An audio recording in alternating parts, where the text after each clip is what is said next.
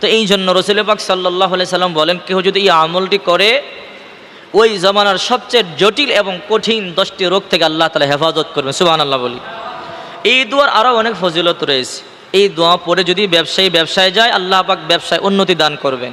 এই দোয়া পড়ে দোকানদার দোকানের শাটার খুলবে, কাস্টমার বেশি হবে। এই দোয়া পড়ে ছাত্রছাত্রীরা লেখাপড়া করার জন্য পরীক্ষা যখন দিবে, পরীক্ষা দিলে পরীক্ষা ভালো হবে, রেজাল্ট ভালো হবে। এই দোয়ার আর অনেক গুণ রয়েছে।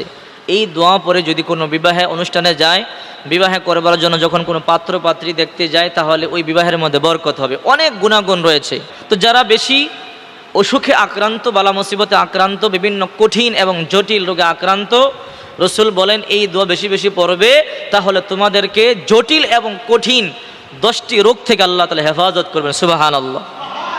দোয়াটি হলো বিসমিল্লাহিশ শাফি, বিসমিল্লাহিল কাফি, বিসমিল্লাহিল ওয়াফি, ওয়া কাফা বিল্লাহি